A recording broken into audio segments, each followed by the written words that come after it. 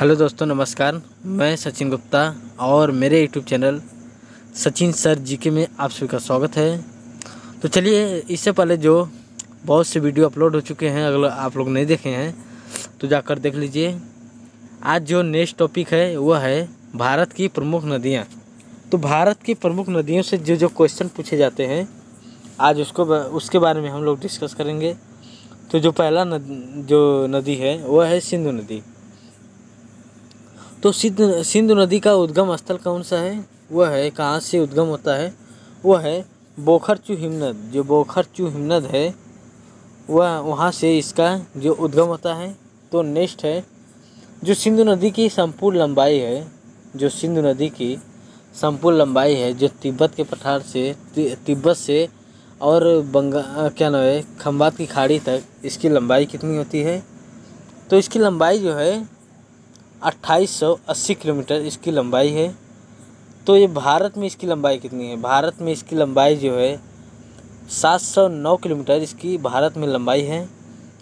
और इसकी जो सहायक नदियाँ हैं तो वह कौन कौन सी हैं? झेलम, चिनाब, रावी, ब्यास, सतलज, 5 इसके जो प्रमुख सहायक नदियाँ हैं। इसके बाद जो है चीन में इसको किस नाम से जाना जाता है? चीन में इसको किस नाम से जाना जाता है? सिगी खम्बन या लायंस माउथ के नाम से जाना जाता है। और इसके द्वारा जो सबसे गहरा महाखंड है वह गिलगिट में जो 5200 मीटर अंदर तक है। 5200 मीटर तक इसका महाखंड है। तो नेक्स्ट देखते हैं। नेक्स्ट है झेलम नदी।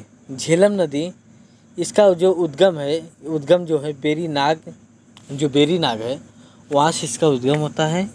और ये इसको माना जाता है कश्मीर की सबसे महत्वपूर्ण नदी कश्मीर की मानी जाती है। तो इसके बाद जो नेक्स्ट है रावी नदी। रावी नदी का जो उद्गम स्थल है वह है रोहतांग दर्रे से इसका उद्गम स्थल है। और इसका जो अन्य नाम है पुरुषड़ी या इरावती, इसका अन्य नाम है। इसके बाद जो नेक्स्ट है ब्यास नदी। ब्यास नदी का जो उद्गम है वह ब्यास कुंड से होता है। ब्यास कुंड से इसका जो उद्गम होता है। और इसका अन्य नाम जो है वह है विपाशा या अग्रिक्रिया या विपाशा, इसका अन्य नाम है। इसके बाद जो नेक्स्ट है सतलज नदी। सतलज नदी का जो उद्गम है राक्षस ताल झील से होता है। राक्षस ताल झील जो है वहाँ से होता है। और भारत में इसकी लंबाई जो है वह है 1050 किलोमीटर इसकी लंबाई है। 1050 किलोमीटर इसकी लंबाई है। तो नेक्स्ट देखते हैं। नेक्स्ट है घाघरा नदी। घाघरा नदी का जो उद्गम स्थल है वो शिवालिक के पाद मालवा संघ से होता है। इसका जो अन्य नाम है इसको पौराणिक सरस्वती के नाम से जाना जाता है। तो नेक्स्ट है गंगा नदी। गंगा नदी का उद्गम जो है गोमुख हिमनद उत्तराखंड से होता है। और भागीरथी और अलकनंदा का जब मिलन होता है उसके बाद इसका नाम जो है गंगा नदी पड़ जाता है। इसके भारत में इसकी लंबाई जो है 2525 किलोमीटर इसकी लंबाई है।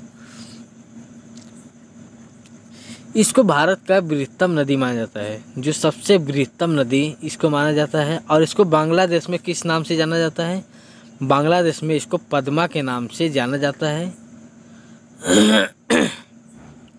तो नेक्स्ट है यमुना नदी। यमुना नदी का जो उद्गम स्थल है वो यमुनोत्री हिमनद से होता है। और इसकी लंबाई जो है 960 किलोमीटर इसकी लंबाई है।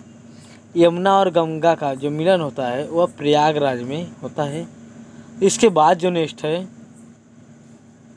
कोसी नदी। कोसी नदी का जो प्रारंभिक नाम है वह अरोड़ा के नाम से जाना जाता है। यह सबसे अधिक पद परिवर्तन करती है।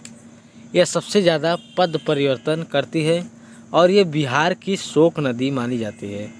बिहार की शोक नदी कोसी नदी को माना जाता है।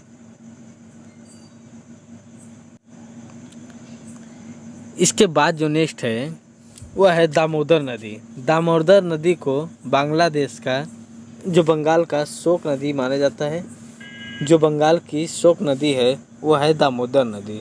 इसके बाद जो नेक्स्ट है वह है चंबल नदी। चंबल नदी अरावली पर्वत, जो अरावली पर्वत का विभाजन कौन कौन सी नदी करती है? चंबल और साबरमती नदी। और इसकी जो लंबाई है 960 किलोमीटर इसकी लंबाई है। इसके बाद जो नेक्स्ट है वह है ब्रह्मपुत्र नदी।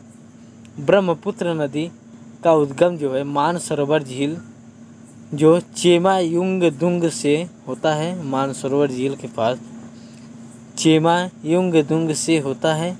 ये जो एशिया की सबसे बड़ी नदी द्वीप है वो माजुली द्वीप है, वो ब्रह्मपुत्र नदी पर स्थित है।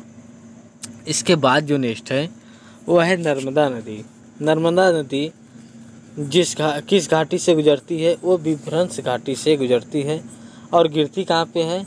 वो गिरती है खंभात की खाड़ी में।